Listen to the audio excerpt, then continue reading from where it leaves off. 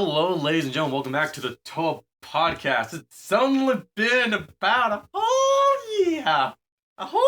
It's been something like that. I think it was like Bongle Day was the last one I uploaded. Which, by the way, the last podcast I did upload was the one talking about the system gift to purchase T.O.A, which at the time I thought was a hoax, and then it turned out to be true. So yeah, it was a hoax to be true, to be bought, to be sold out, to be bought again.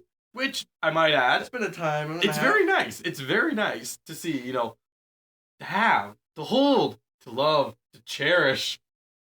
It is well done. Extremely well done. Well, one thing I was very happy about with it was actually just the fact that I've seen a lot of different models in that style, not just of the T.O.A team, like there's 6, which you expect, right? Of course. I've seen like Makuta in there. I think I've seen a Rudaka in there. And I know I've seen other random characters. I just can't remember because it's usually when I'm scrolling on Tumblr and I go, oh, that's cool. Scroll. I definitely have seen... Sidorak. I know I've seen a Axon and Rudaka version. I think even a Vezon Fenrir. And that's course it was a that. Maybe. I don't know if I've seen that, but I've definitely seen a lot, which is just in overall. And even we ourselves have dialed in. I, of course, made myself. I made a random tan biological using a Karana instead of the mask. And which the scaling works really well if you want to do that. It worked incredibly. Unfortunately, so Karana just aren't. There aren't a lot of good options. Which is like, so if you grab a red Karana Ka, which is the Karana shielding, which looks a lot like T.O.A's mask, put it on T.O.A, well, it wouldn't look that bad. And then, of course, we can't overlook the fact that I made Orange and Black. Trademark of Orange and Black. Yet, only if you're a deep diver of this podcast will you actually probably know Orange and Black is. I don't know if you know if you do know this podcast. I think we've brought him up once or twice. Which, slight side tangent, it occurred to me that he is probably close to, like, 15 years old. Well... Because he was before 2011, I know that. And wouldn't have been 2000, so probably 2010 would have been the latest. Well, if you think about Stars came out 2010, and I'm pretty sure he was built after Stars already came out. A certain incident happened in we got these parts while camping, but it wasn't the last camping trip we would have taken as a family, so this would have had to have been at least 2010, maybe 2009. So being 2023, yeah, we're looking at close 13, 14 years. For clarification, what we're briefly mentioning is your oldest, essentially, villain character in your Bonkel expanded ethos. Pretty much. And also the first stationary Which, if you guys are curious what he may look like, well, here's a hint. His colors are orange. And black. That's his name. Actually, technically his colors are black and orange. It's like all three of us, I mean, X not in this podcast today, but all three of us do have different, Bonkel characters who have been around since. They've been around. Pretty much all of us, our first, made up, we didn't really change much. For myself, that would be Defron, who is just a character of mine with a native species of mine. Honestly? It would take a little bit to explain, but he's been around since at least 2009, because he's been around since you've had T.O.A. Yes. Because I built him, right before you gone T.O.A. Which means that Orange and Black is that old, because I didn't build Defron until I got those black hockey shoulder armor. Yeah. Which means that Orange and Black would have had to have been the summer of 2009. And Orange and Black, he's had some color adjustments over the years, because when we made him, we had limited parts, blackening and orange. But other than that, he hasn't had any update at all. I mean, he was basically made out of very few parts, limited. The closest thing would be adding, I think, a piece in his foot that just filled up the space, but even that's been years. Yeah, there's certain old mocks that really just have not been updated. I should post a picture of him. Well, I will post a picture of him to Flickr someday since I made a new updated version of him. Yes, for those interested, I believe your Flickr is Zacta. Yes, that would be the one. So you do put actually Bonkel there. It's not just trains, which if you like them chugging or you could say it's not just Bionicle, there are trains. It's like 50-50 at this point. No, it's more Bionicle. I do one train a month. Bionicles is every week, pretty much, just because I've always got a mock to post. See, I'm not on Flickr very often, so I really haven't been keeping tabs. And I follow groups more than I do people. Despite I do have View on Flickr, and also I could if I wanted, but which is why when Ek had posted his pictures with his Bariki, I think next podcast we need to have the three of us talk about Bariki specifically. Bariki is definitely up there with the Makutas. Well, I'm just thinking as something to talk about. We all have slightly different, I would say, interpretations. And that I'm just going to leave it at that. Next podcast, we're going to talk about Variki. We will bust down X door. We will barge in, time down, and have a podcast. If you hear a crying baby, don't worry about it. No worry about it. It means we'll be distracted with crying baby. Exactly. I guess he's still a baby. A toddler, technically. I don't think babies walk. But for those viewers out there, you might also be thinking, oh, what kind of crazy bonko news is that you've got back to podcasting? What crazy news is there? Nothing. Kind of. The rumor of a freebie was true. That was over 6 months ago. But we had not confirmed this. We have finally decided to confirm. Yes. This is true. After looking at it for a while, having it said, we can confirm that this was a real, like I said, not an elaborate prank. After everyone else has reviewed it, we shall concur with the statement. It is real. So for those bongo fans out there, all I can say is, it's just good. Just really like it. So tell me here, brother, is there something specific we are bringing up today? Nope. Oh, okay. I didn't plan that far ahead. Just breaking into the... Well, more so I just wanted to, get back into the habit, test a couple things out, because due to technical issues, which is why I haven't had a podcast in a while, I'm testing a couple of different avenues right now, using my phone to record the audio. So, by the way, if the audio does sound like it was recorded on a potato, it's not far off. My phone is like 10 years old, so it's pretty much a potato at this point. I have my potato squad ready if you want it recorded in the hands of a potato. Yes, definitely very doable. For a brief moment. But I think the reason why I actually got back into a bonko mood enough to actually do something was, well, it all started with $1,000 spent. Oh yeah, I guess I would say that was the catalyst. Something that you might want to rub in other people's faces that most Lego YouTubers probably can't say that they have. Now let's just say I did not spend $1,000 on this. The thing is worth $1,000. But let's just say without someone spent $1,000. Let's just say someone I know spent a little bit of money, trading a very valuable thing for other money. I now have the light gold Kakon. Yes. You got something I didn't need for something you didn't use. Yes, but we both wanted them. So basically, this is the thing about this mask, like the light gold variant of the Kakon. Yeah, this means the history here. Well, I was just going to say this means basically that I have all of the Bionicle masks that you could have actually acquired through normal purchasing means, or being at like getting freebies from like events and such. Because there is a bunch of non-production Bionicle masks like the yellow Ruru, the white Huna, dark blue Matatu, the brown Komau, a bunch of them. But those are non-production, so they were never actually released. Yes, some of these masks are around, like the like gold Kakon is a variant color of one set, so you could say it's different because it's closer to a misprint than it is anything else. And speaking of like the misprints, those aren't technically misprints, they were just a production that was cut early because they decided against doing the T.O.A masks, and they were released in European mask sets, so you could have acquired them. So, by the basically definition of any mask that you could have acquired through normal Joe Schmo means, or as how one put it, Joven Schmo means. We were talking about Joven briefly, so he's like, so regular Joven, I'm like, yeah, that'll do it. How interesting you brought Joven up. It's almost like one of us made a mock about him. I also did. But basically, yeah, all the masks, and that's for Gen 1. Gen 2, I'm not getting into that because that thing's too expensive. But yeah, no, Joven, did we build them before we even got that? I think, again, because Joven was the first Bionicle mock I had built in, like, since, Joven is, I have been on and off Bionicle. Since my Vortex.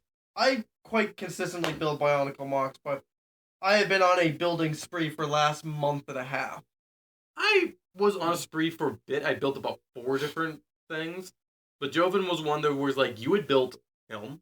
I built a Joven and a following team. And I sat there and thought to myself, of all the people in our family, I should have had a Joven built.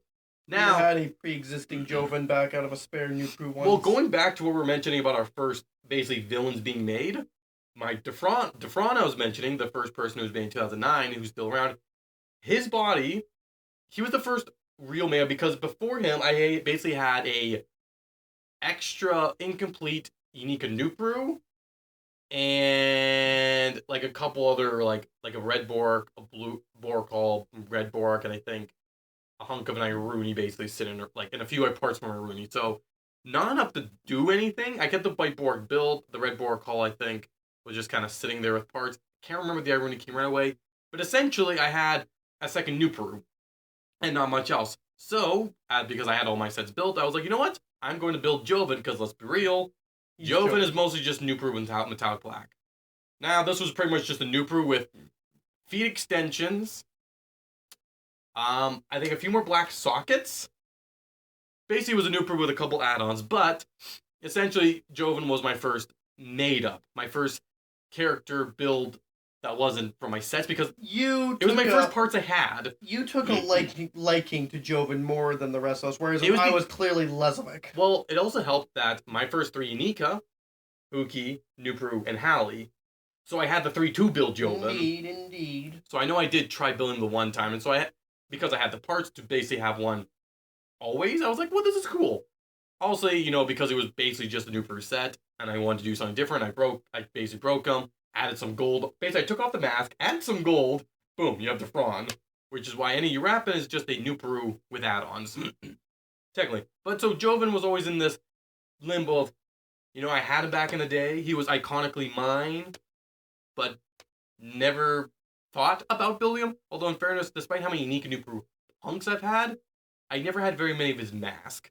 Because I've acquired. You acquired the first 2 extras I had for shoulders. Yep. The third one, and I didn't get any for a while. Then I got one, gave it to my collecting for display. I mean, I have and then I promptly forgot. Off the top of my head, and I wouldn't be surprised if I'm still overlooking 1 or 2. Even then, it's like, with me, it's like, I have certain masks I have a bunch of. I know I only have, like, maybe 4 of that one. But like I said, when you built yours, I was like, wait now, I want to do this. I've got to do this. And so I did. And it was great. And kind of since then, I would say the Bonk mood's been steadily going. It's not been like an overpowering monolith of a... Because this is the thing is, usually when one of us gets in a Bonk mood, we kind of all do, and it's just like, it's a feedback loop between the 3 of us. I would say it hasn't really grabbed all 3 of us yet. It's been kind of more... Me. It's been mostly you. It bounced to me a bit. Mine's basically I've been hoarding all the energy. My energy after I built a couple things that mostly went into bricklinking stuff collecting because I got the if you'll watch the previous videos, I got those. I ordered another one of the bunch of piece kind of buckets, those 500 piece ones. Add that to the collection. And obviously the acquisition of the Gold Kakan. And I've just been, actually that's about all the purchasing I've done. Which would probably be good for a while, honestly. And Ek would probably be in high bionicle gear if it weren't for pirate-related contests he's deep into. He was doing some building at first. He was modifying his Bracken character, and I think maybe wanted to do some other building. He didn't want to make a T.O.A team, honestly. But then pirate contest came around, and all gear shifted to that. Does anyone know? Pirates can say aye. But basically, I know pirates will always trump with act. For me, that's kind of bonkle for me, though. It's like, for him, pirates are, I would say, the top dog when it comes down to, for him, was like, if a mood can basically kick out any other mood within an instant, it's pirates for him. For me, that's bionicle. Don't get me wrong, I can get in the major castle building mood. I can get in the space mood. I can even, for once in my life, go into a little bit of a chugga chugga choo choo mood. But that's a good mood. All of that can be kicked in the butt when, hiccup, that taco's coming back with a vengeance. All basic moods can get kicked in their butts by Bionicle. Bionicle cannot coexist with any other thing. Other moods, themes can kind of coexist with each other when I'm feeling, frosty and minty fresh. But Bionicle, no, that is the top dog, one and only, nothing else. Yes, Bionicle, when it comes around, it lingers. Yes. It never quite feels done. Indeed. I like to think of Bionicle as a mask that's always on at a low level. There's always a Bionicle mood in there. And all it takes is the approach of an enemy, and you're in full protection mode. I would say I'm always in a 10% Barnacle mood. But when I'm in a Barnacle mood, it doesn't leave 10% room for anything else. No. Though, this last couple weeks, I've actually been pretty good at going back and forth between Bionicle and other stuff. Your train, your Barnacle. Lego, other stuff. Nothing else. It has Which to be I Lego. also would say, I would highly recommend if anyone's watching this video and actually does like Lego Trains, I would actually really recommend Zach as a Flicker. Because honestly, you've gotten really good at building choo-choos. I like to think I've improved over the years. And even if you don't think he's that great at it, he's at least Tell got, me so. Well, he's got this. He's got variety, which will be at least one that's decent. Yeah, if you don't like train, try another train. And try another. Try another. And another. They come in different colors. I'm trying for every color of the rainbow. Yeah, so I was like, definitely check that out. I mean, of course, if you like Bond, go check it out. Just, check it. Check out X Flicker, which, by the way, he's been on the Bros Brick a few There's a times. lot to go through, but he's got stuff. He's got the most to go through. Honestly, it's like, I don't always plug the Flickr pages, but it's like, that's pretty much, if you want to ever see what we build, I'm probably the one who updates the least. I'm the most sporadic at updating, so that's just the way I am. Don't get me wrong, if you really want to see my Bionicle creations on a more consistent basis, Tumblr is the way to go. Which, by the way, if you just look up Onvermel, that spits me on Tumblr too. Tumblr. I find, really? because like my phone, it's like, once I build something, I'll quickly take a picture of my phone, upload it to Tumblr saying, hey, I did this. Is it always the complete version? No, but it's usually basically when like the first initial part's being done, and then I'll tinker with it, like Prime, which is a Bionicle that's using the 3 primary colors, who's standing in front of us. I built him, took a picture, posted it to Tumblr, and then I went back and tweaked him. So, but it's like, didn't change too much. It was more like smaller details, and the head. Can't forget that. But basically, if you want to keep tabs of basically what I've been building, that would also be sporadic, because guess what? I'll go a month of building a bunch, and then I won't build anything again for a while. I mean, building is not exactly like, let's just say a webcomic. There's no expectation that you're going to build and release a new story in every theory, week. there isn't. I know some people, or I follow some people where I feel like they have that expectation where they just like, okay, I need to post a new mock every week. And like, hey, if you can do that and you're still that creative, well done. I mean, I like to post a new mock every week, but that's because I have a whole stockpile of them. I just don't want to share it all If in one I go. took pictures of all the stuff I have not shared, I'd have mocks to basically post per week, probably for a year. Easy. And that's what I'm doing. I absolutely treat I did that for a while. uploading my pictures as if it's like a story, a regular update schedule, but it's more of a, I'm not going to upload this all once because I don't want to just like, and here's the 200 pictures for everyone. Well, that's what I dole did. It out a little. Keep When people subscribed and all that. When I had posted all my Exoforce mocks, all those mechs, that's what I did. And even when I took pictures of all my T.O.A, I kind of showed, I shared each T.O.A team, I think, every second day. And then did a mass one of, these are all my T.O.A. Bow down to my majesty. I should probably take a collective photo Also, of all my T.O.A. The post with all my T.O.A, where I've had all of them, all nicely cropped pictures, all pictures that were taken outside, so like crisp pictures, nicely cropped. That got like 60-some likes, right? Impressive. Joven by himself got 73. I was going to say really, but you're right, you're on Tumblr, not It's Flickr. like, I'm like, of all the things I've shared on Tumblr, Joven's the things that got the most attention. And how one was saying, it's probably because he's a named canon character. I'm like, and that, or people might just think he's a new Prue from a distance and go, hey, cool. Hey, cool update. Because that's the thing, is like, if you glance at him, you might just think he's a new Prue. I mean, despite the picture saying Joven. I mean, let's be honest. New Prue, Joven was just basically a souped up new Prue. But this also thing is like, not everyone knows who Joven is.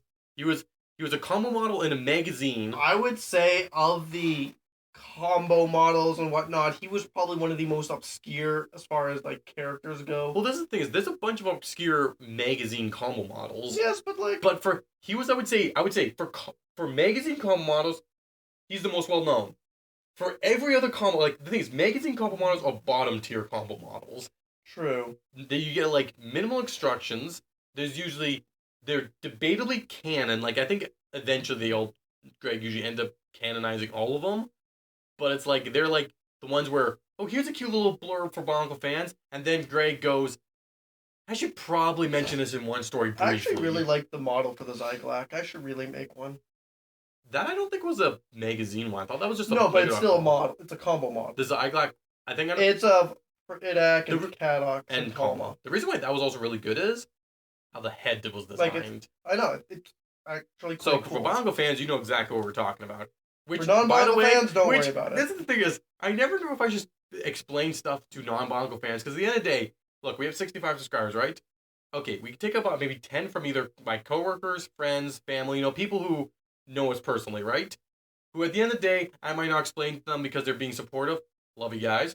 But for like the other like 50 or so, they're probably just bongo fans. Which means they probably already know the stuff, so do I need to explain? I feel like that it's like a joke. If you explain it, it just leaves it. This is the If thing. they really want to know, 65 they can people look it up. don't comment enough, so I don't know if you guys understand or not. Yes, Commander Pitbull or General Pitbull or whatever you General are. Pitbull is the one who, you know, he's a king, you know? He's the man, he's the myth, he's the legend, he's Minty Fresh.